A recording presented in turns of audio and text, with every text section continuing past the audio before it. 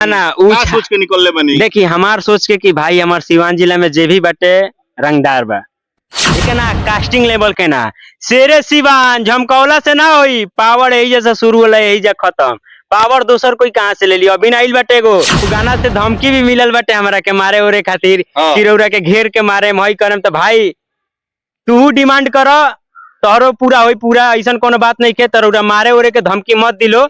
भाई चलिए नमस्कार प्रणाम, फिर से एक बार रउआ लोग के स्वागत बा वीडियो में। हम ई जोन वीडियो लियाइल बानी रउआ लोग के बीच में काफी खास होके वाला बा, कहा से कि एक जना भाई बानी, वायरल कलाकार बानी, भोजपुरी में कहल जाओ तो भोजपुरी में यहाँ के बहुत सारा सॉन्ग बा जोन की आजकल बहुत ट्रेंड में चलता। कहे से कि यहाँ के एगो सॉन्ग आइल बा जवन सिवान वाला शेर ये नाम से एगो यहाँ के गाना बावे, काफी आजकल ट्रेंड करता। यही से एगो छपरा के नाम पर एगो गाना आइल बा, हई छपरा वाला बॉस, ओही के टक्कर देवे खातिर भाई सिवान के हनी यहाँ के गाना गौले बानी। तो चलिए हम सबसे पहले यहाँ के परिचय जाने बहुत कुछ ए वीडियो में रउआ लोग के सुनाएम हम। तो चलिए अगर नया बनी चैनलों पे ना तो सब्सक्राइब कर लेम ताकि ऐसा हमेशा देखे के मिली। सबसे पहले स्वागत बा और हमारा चैनल पे। जी रउरा चैनल के माध्यम से जे भी जो देखा था सभी श्रोता के पैर छू के प्रणाम बाटे। हम सिंगर विकास सिंह कुशवाहा जी रउरा चैनल के माध्यम से जे भी देखा था ओकरा के बहुत बहुत शुक्रिया बाटे, धन्यवाद बाटे। अच्छा एक बात बताई विकास जी, आजकल के जो नया नया जो गाना आवत रही जैसे छपरा वाला गाना आइल बावे, हई छपरा वाला बॉस, ठीक बा, ओही के टक्कर देवे खातिर शायद रोवो निकलले बानी सिवान वाला शेर, ठीक बा, उहे न गाना ह जी। गाना तो हमनी के लेवल के ना बाटे, ठीक बा। अच्छा। गाना जो छपरा के बोस तो उ लोग बोस बनेला।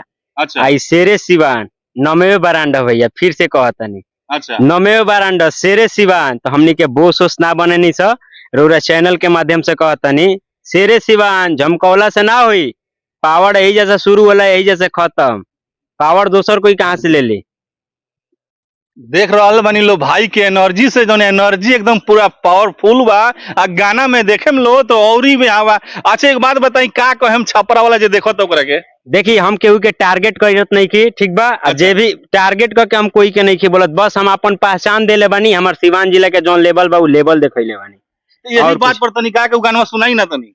देखी उ गाना के लय रहे कि हई सिवान जिला सिवान जिला सिवान जिला के शेर, हई सिवान जिला सिवान जिला सिवान जिला के शेर, टंगड़ी देखाव नमरी हो मिली ढेर, धके बरी आरिया जली हस घेर, हई सिवान जिला सिवान जिला सिवान जिला के शेर। अच्छा एक बात बताई विकास जी, का सोच के आखिर गाना गइलो ही, जैसे मान ली कि आजकल देखल जाला कि डुप्लीकेट बहुत ज्यादा निकल बा, एगो केहू गाना गावत न तो ओकरा पीछे हजारों गाना आदमी जहाँ ट्रेंड करता हल्का सा गाना तो ओकरा पीछे हजारों गो लाइन लगा देता रहो, ठीक बा। तो कहीं उमे का नहीं रो जैसे छपरा लबाजत रहला और पीछे से वो निकाल ना का सोच के निकलले बनी। देखी हमार सोच के कि भाई हमार सिवान जिला में जे भी बटे रंगदार बा, ठीक बा जी, रंगदार बा तो हम तो हइल ही। हाँ रंगदार जिला सिवान हइल ही है, ठीक बा। तो जे भी बाटे उ रंगदार खातिर हम गइले बानी आ भाई लोग खातिर कइले बानी। भाई सबके इतना प्यार आशीर्वाद मिलल हटे, एकरा खातिर पैर छू के प्रणाम करतनी। भाई ऐसा ही रउरा लोग के प्यार आशीर्वाद रही नु तो एक दिन सिवान जिला के शेर हर जगह जिला में जहारत रही, ई रउरा चैनल के माध्यम से कहतनी। अच्छा जी। और कोनो गाना अवेलेबल रहो जी, आज की डेट में ही एगो स्वीटी एंटरटेनमेंट पे हमार गाना आइल हटे जन बोलबम सॉन्ग बाटे, बहुत बढ़िया सॉन्ग बाटे कि चली गईला विदेशवा, थोड़ा सा गुनगुना के तनी। जी गुनगुना तनी हम रउरा के देख रहल बानी लो। यहाँ पे विकास जी मौजूद बानी, यहाँ के बहुत सारा भोजपुरी गाना जन बा न एकदम रेला रेल आवत रहता। चलिए थोड़ा सा और हम यहाँ कुछ बात पूछे के चाहे। विकास जी एगो और बताई, सही बताएं जी, बोलिए। बिहार में भोजपुरी भाषा के लोग इतना बदनाम कर रहल बा, ठीक बा, तो रउआ वो टाइप गाना ना गावे नी।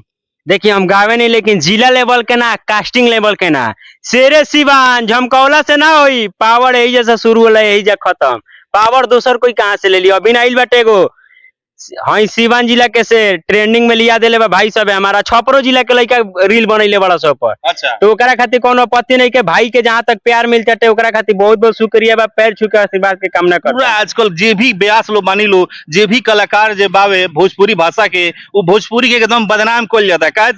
कैसे ऐसे गाना गा देता लोग के माई बहन भी नहीं सुन पावत लोग, का कह के चमरो ऐसा ही गाना गावनी का जी।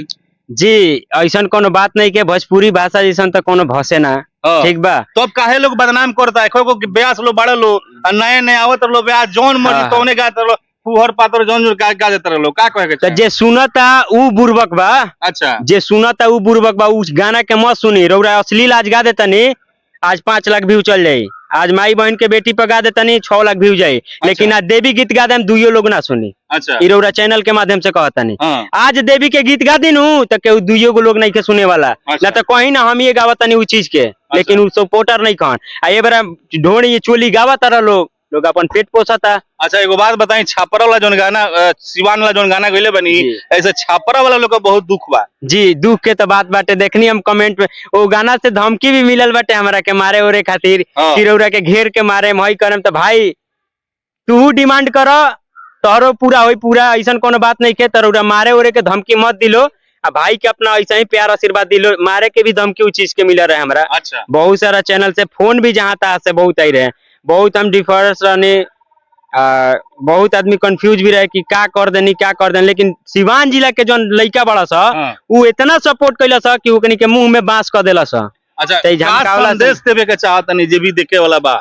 जे भी देखे वाला बाटे अपना छोट भाई के आशीर्वाद प्यार ऐसे ही दी। आ जौन रउरा सबके डिमांड रही कमेंट बॉक्स में बताएम, उ भाई रउरा के पूरा करे खातिर विकास सिंह कुशवाहा ऑफिशियल चैनल से जो भी बा रउरा के जरूर पूरा करियन भाई। ई रउरा चैनल के माध्यम से करतनी कहतनी। चलिए रोवा लो देखनी है लो आज के डेट के जो कलाकार। विकास सिंह कुशवाहा नाम पड़ी, हमार सिवान जिला घर पड़ी। अच्छा तो चलिए अब बहुत बहुत यहाँ के सपोर्ट करी लो। आ सपोर्ट का यहाँ के एगो गाना जोन बात शेरे सिवान वाला बहुत ज्यादा ट्रेंड कर रहा बा आज के डेट में। तो चलिए बहुत बहुत धन्यवाद, टेक केयर।